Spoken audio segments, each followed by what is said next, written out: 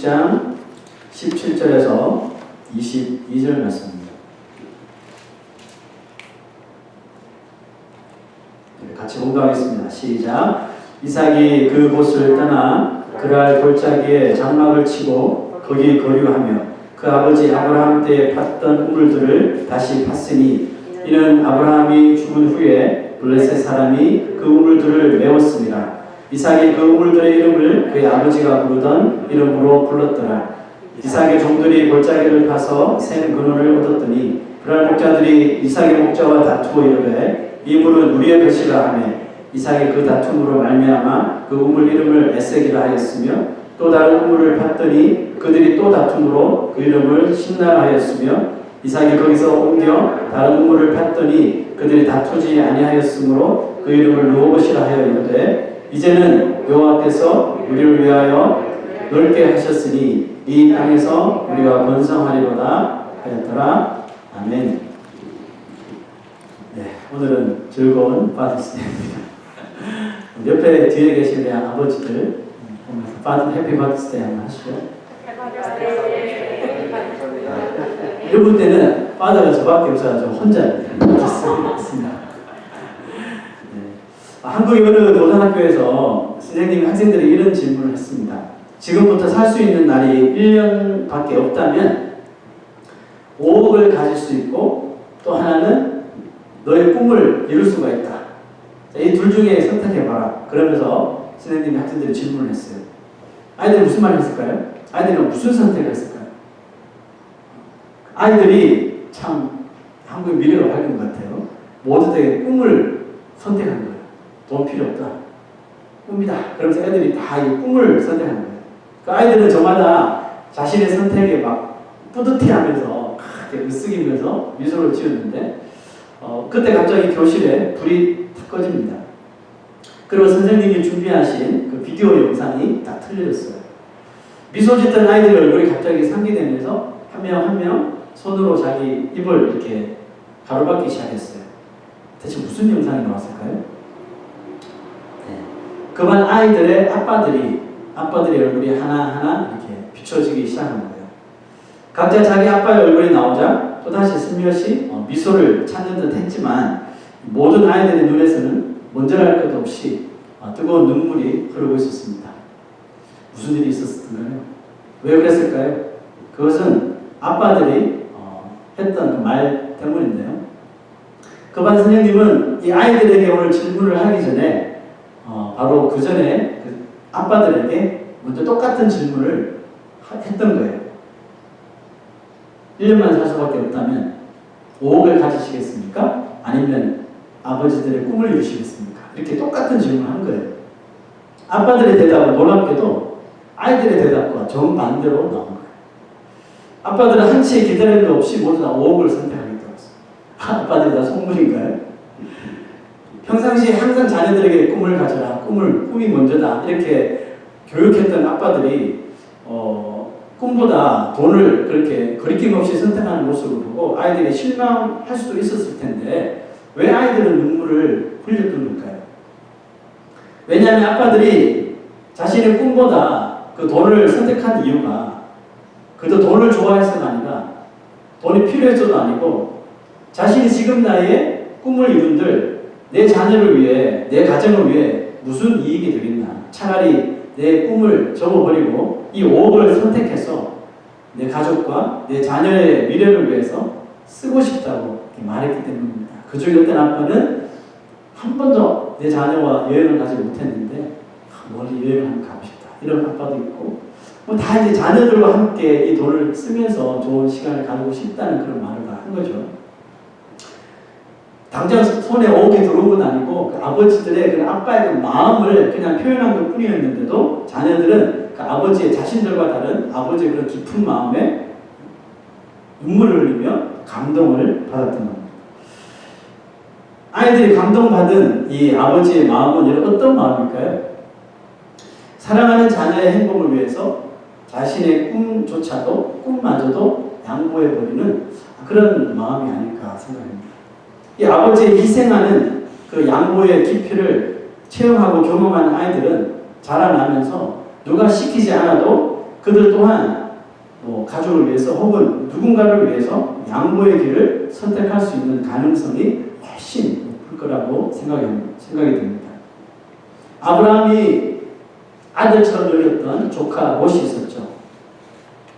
롯도 부유해지고 아브라함도 부유해지자 아브라함이 먼저 롯에게 좋은 땅을 선택할 수 있는 그 양보권을 먼저 롯에게 주죠.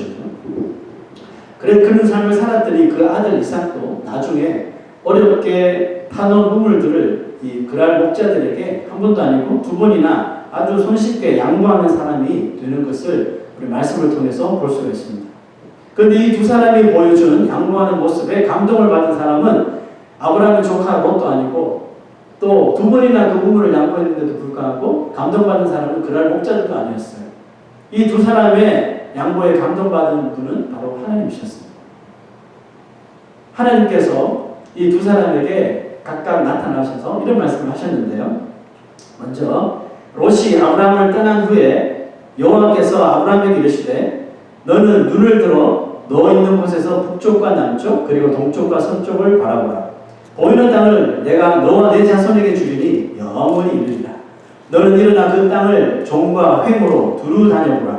내가 그것을 내게 주리라. 조카에게 한번 양보한 것 뿐인데, 그죠? 그 땅을 양보한 것 뿐인데, 하나님은 그 너무나도 마음 흡족하게 생각하시고, 아브라함에게 이와 같은 축복을 하신 거죠. 자, 이삭을 한번 볼까요? 그 밤에 여호와께서 그랄 목자들에게 이제 우물을 두 번이나 양보한 후입니다. 그 밤에 여호와께서 그에게 나타내 이르시되 나는 내 아버지 아브라함의 하나님이니 두려워하지 말라. 내 종 아브라함을 위하여 내가 너와 함께 있어 내게 복을 주어 내 자손이 번성하게 하리라 하신지라. 보십시오. 여러분, 이것이 인간과는 다른 전능하신 하나님 아버지의 클래스라는 겁니다. 아멘. 또 압도적인 은혜를 베푸시는 하나님의 은혜라는 것입니다. 이와 같은 하나님의 압도적인 은혜가 과연 언제 누구에게 임할 것 같습니까? 네, 오늘 말씀 보니까 그냥 양보하는 사람에게 자기 것을 포기하고 양보하는 사람에게 하나님께서 이런 은혜를 주시네요. 좀 더 우리가 깊게 생각하면 하나님의 약속을 믿고 믿음의 행동을 하는 사람에게 이와 같은 압도적인 은혜가 임하게 된다는 사실이죠. 아브라함에게 롯은 그냥 조카니까 그렇다 치고 이삭은 우물을 두 번씩이나 양보할 이유가 있었어요? 없었어요? 없었어요. 그런 목자들이랑 무슨 관계가 있는 것도 아니고 그냥 우물 팠는데 와서 빼앗은 거거든요. 근데 양보한 것밖에 없어요. 근데 왜 두 번씩이나 양보했을까요? 자기 이삭의 목자들도 그 주인이 이해가 안 되는 거예요. 이 어렵게 판 우물을 왜 그냥 양보하냐 이렇게 말하는 거죠. 자, 이삭은 왜 그 우물을 양보를 했을까요? 왜 양보를 택했을까요? 그런 목자들이 정말 무서워서 그랬을까요? 아니면 너무 그냥 귀찮아서 그랬을까요? 그렇지 않습니다. 이삭이 한 번도 아니고 두 번이나 그 우물을 그런 목자들에게 양보한 이유는 그가 하나님의 사람이었기 때문에 그렇습니다. 더 자세히 말씀드리면 그랄 목자들과 이 우물 때문에 지금 싸우는 것이 이삭의 생각에 하나님 뜻이 아니라는 판단이 섰기 때문에 그냥 양보해버렸다는 것이죠. 무슨 말이에요? 하나님을 모르는 사람들과 그깟 우물 때문에 째째하게 싸우기 싫었던 것입니다. 정말요. 여러분, 물론 그 당시 중동 지역에서 우물은 당연히 그깟 우물이 아닙니다. 그렇죠? 우물을 팔 수는 있어요. 우물을 파는 것보다 더 힘든 것은 물을 찾는 거예요. 땅 판다고 물이 나오는 거 아니거든요. 수십 번 판 후에야 물이 겨우 나올까 말까 그런 지역 아닙니까? 그럼에도 불구하고 이삭은 우물을 파는데 전혀 개의치 않았어요. 왜 그렇습니까? 하나님의 뜻대로 사는 자에게 우물 정도가 아니라 그보다 훨씬 더 귀한 큰 복과 은혜를 주신다는 약속을 그가 믿었기 때문인데요.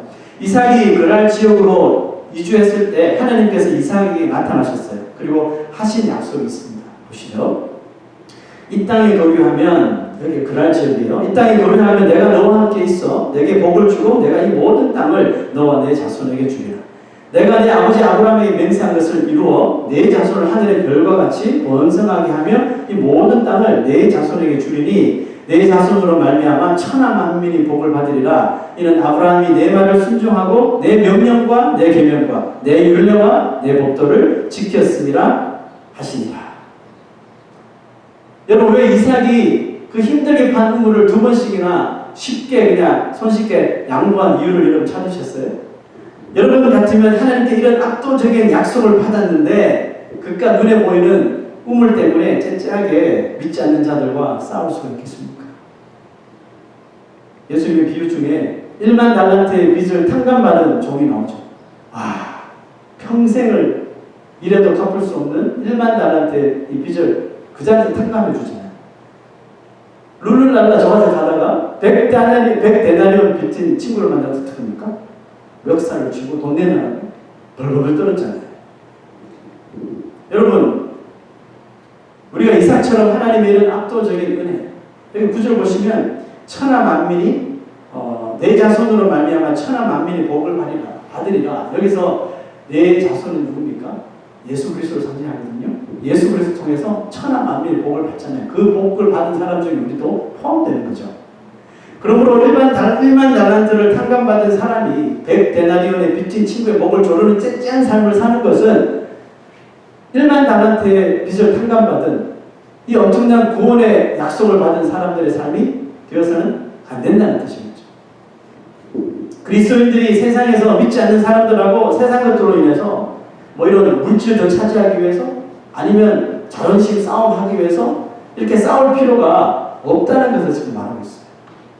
하나님의 나라의 신령한 복을 다 누리는 사람이 그리스도인들인데 그 세상의 물질을 더 차지하겠다고 또 내 자존심 지키겠다고 정말 믿지 않는 하늘의 신령한 복을 알지도 못하는 사람들과 정말 아웅다웅하면서 산다면 과연 그 사람이 하나님을 어떻게 무슨 방법으로 기쁘시게 할 수가 있겠습니까? 없다는 거죠. 그래서 이삭은 힘들게 판 우물이었지만 그 그랄 목자들에게 그냥 양보해 버린 것입니다.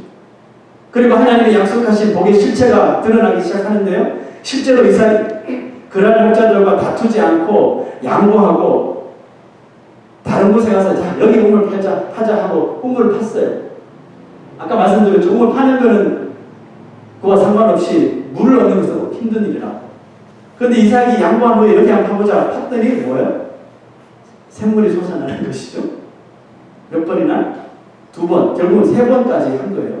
계속 이삭이 무슨 풍수지리를 아는 사람입니까? 이상한 짝대기 2개 들고 와서 물 찾은 거예요? 아니에요. 수백 번 사람이 아니라 믿고 간 거죠. 하나님의 약속 믿었으니까 양보한 후에 우리 저기 가서 파자. 팠더니 물이 나온 거죠. 또 와서 양보했어요? 그래? 그럼 우리 저기 가서 파자. 팠더니 또 물이 솟아납니다. 근데 여러분 이게 이삭에게만 은혜가 아니었고 이삭의 목자들에게 은혜였다는 것이 여러분 이삭의 목자들이 처음에는 어렵게 판 우물을 빼앗기는 게 싫었겠죠. 그래서 성경 보니까 계속 다투었다 그러잖아요. 그날 목자들은 다투었어요. 왜 주인이 안 싸우니까 종실이라도 싸워서 그걸 안 뺏기려고 다투었단 말이에요. 그런데 주인이 오더니 그냥 주라고 양보하라고 우리 또 파지 뭐. 그게 말은 쉽지만 진짜 파는 사람들은 이삭이에요. 종들이 팔 거 아니에요. 삽질은 종들이 하는 거 아니에요. 자기는 삽질도 안 하면서 우리 보고 이게 짜증이 난 거죠. 그래서 주인이 시키는 거 어때요? 해야죠. 그래서 팠어요. 여기서 물이 나올 리가 있습니까? 하면서 팠는데 물이 나오는 거죠. 근데 그런 목자들이 또 왔네. 또 막 다툰 거죠. 이건 절대 못 뺏겨. 그런데 이삭이 오기는 주래요. 화가 머리 끝까지 났지만 또 이삭이 우리 또 파면 또 나올 걸? 진짜 가서 팠더니 1m도 안 팠는데 물이 나오는 거죠. 할렐루야. 그러면서 이삭의 목자들이 이삭을 바라보는 눈이 달라지기 시작합니다. 처음에는 정말 정신이 이상한 주인이다. 저런 주인 믿고 어떻게 사냐. 그랬는데 파자마자 물이 나오고 파자마자 물이 나오고 파자마자 물이 나오는 모습을 보고 이삭은 이상한 사람이 아니라 특별한 사람이다. 우리 주인은 특별한 사람.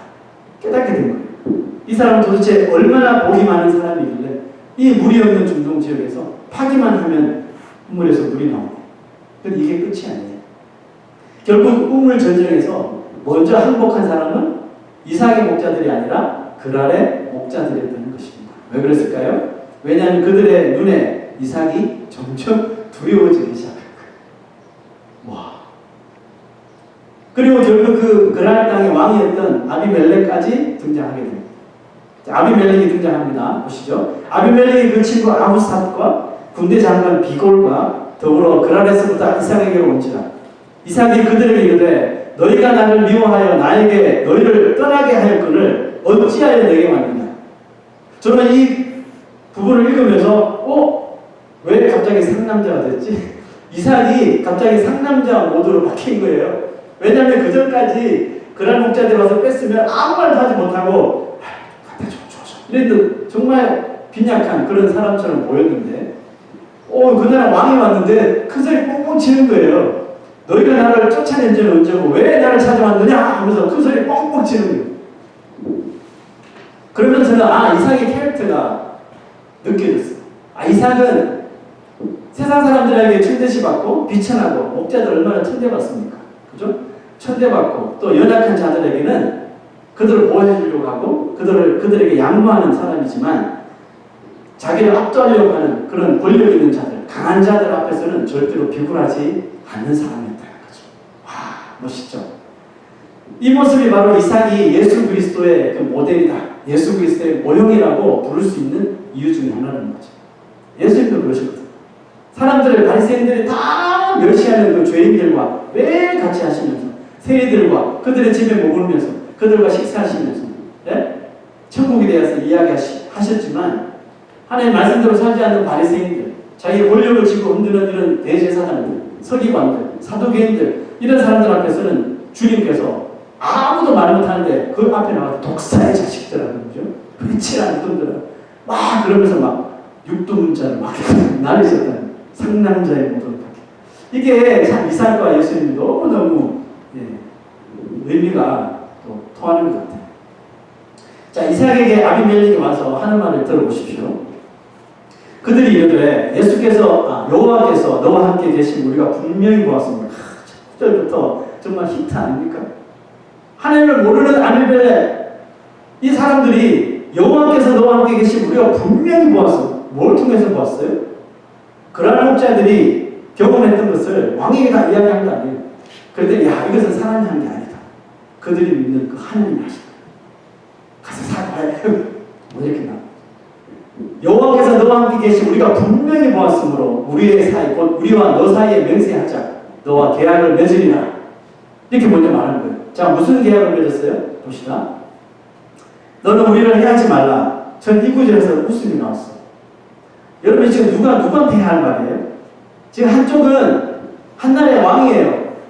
한 나라의 왕이고 한쪽은 좀 부자이긴 하지만 양을 모르고 돌아다니는 유목민이단 말이에요. 이 말이 바뀌었어요. 유목민이 그 나라의 왕한테 와서 우리를 해하지 마십시오. 이렇게 해야 되는데 왕이 와가지고 우리를 해하지 마십시오. 이렇게 지금 거꾸로 된 거예요. 이는 우리가 너를 범하지 아니하고 선한 일만 내게 행하여 내가 평안히 가게 하였음이니라. 이제 너는 여호와께 복을 받은 자니라. 와, 당신을 보니까 여호와께 복을 받은 자예요. 우리를 해하지 마셔요. 이렇게 부탁하는 거예요. 속시원하죠? 여러분 크리스찬들이 세상에서 믿지 않는 사람들과 우리가 같이 일을 하고 또 생활할 때 이런 말 좀 들어야 돼요. 그죠? 자기한테 다이렉트리 하지 않더라도 몇 사람 거쳐가지고 저 사람은 왜 좀 다른 것 같아. 왜 저렇게 당당해? 뭐 이러면서 알고 봤더니 저 사람 건강한 교회 집사래. 이러면 이건 얼마나 상쾌하고 기분이 좋고 그죠? 건강한 교회 교육인데 맨날 그렇다 이러면 얼마나 여러분 속이 상합니까? 그런데 이리저리 몇 명 거쳐서 저한테 그런 이야기 들으면 좀 목회한 맛이 나거든요. 저도 그런데 하나님 얼마나 뿌듯하시겠어요.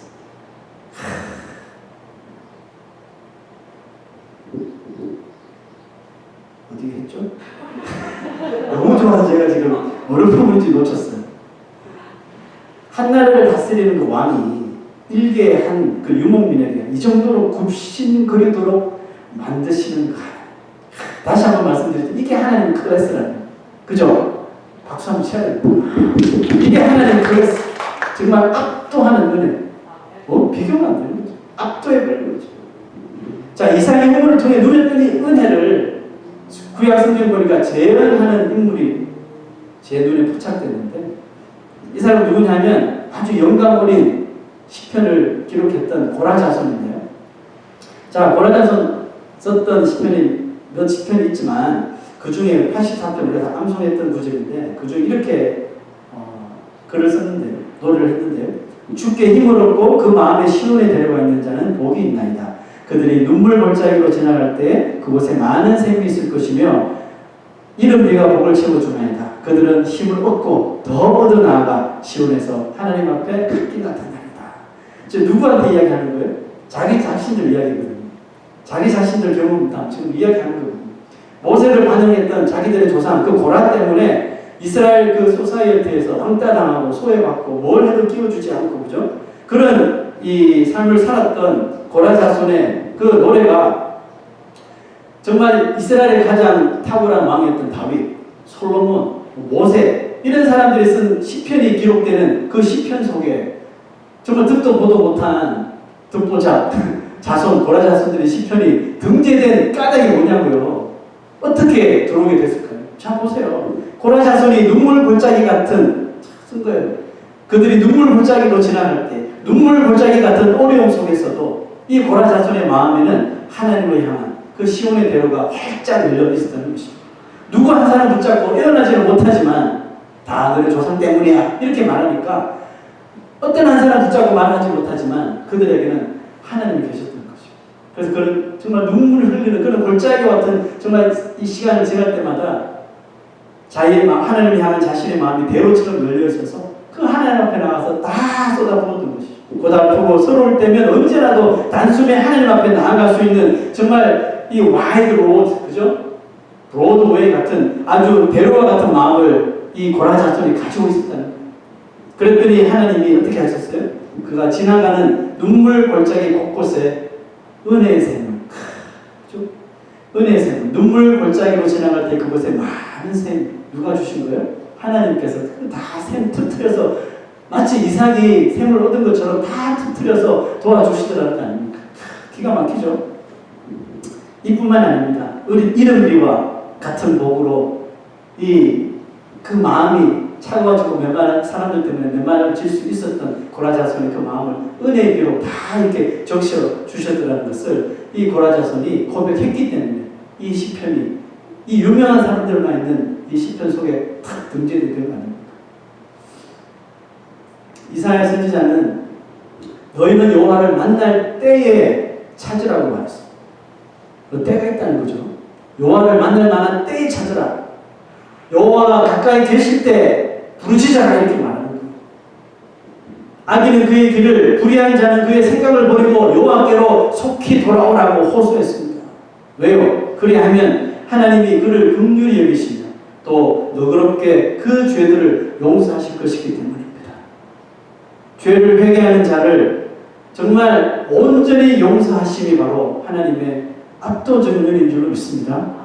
지옥에 갈 운명을 천국으로 인도하시는 것보다 더 압도적인 은혜는 이 세상에 절대로 존재하지 않습니다. 오직 하나님으로부터 오는 바로 놀라운 압도적인 구속의 은혜라는 것입니다. 이사야 선지자가 만난 하나님이 그에게 나와서 죄를 자복하고 용서를 구하는 자에게 이처럼 압도적인 구원의 은혜를 베푸시는 까닭이 무엇인지 이사야 선지자가 이렇게 설명합니다. 이는 내 생각이 너희의 생각과 다르며 내 길은 너희의 길과 다름이니라.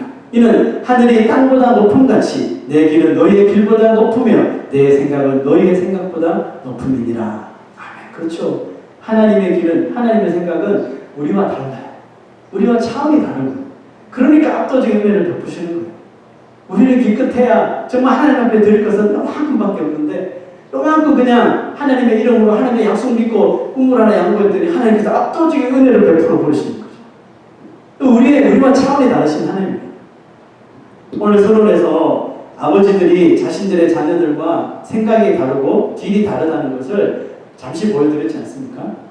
아버지들이 자신의 자녀를 위해서 자신의 꿈을 다 접고 또 자녀를 위해서 양보한 것처럼 우리 하나님 아버지께서 우리 죄인들의 꿈을 위해서 양보하신 것이 있는데 그게 뭐예요? 바로 그의 아들 예수 그리스도를 이 땅에 보내주신 사실인 것이죠. 이것이야말로 말로 형용할 수 없는 정말 압도적인 하나님의 클래스요. 그 누구도 절대로 따라할 수 없는 이 땅의 자녀들을, 이 땅의 죄인들을 위한 아버지 하나님의 압도적인 숨막히는 은혜라는 것입니다.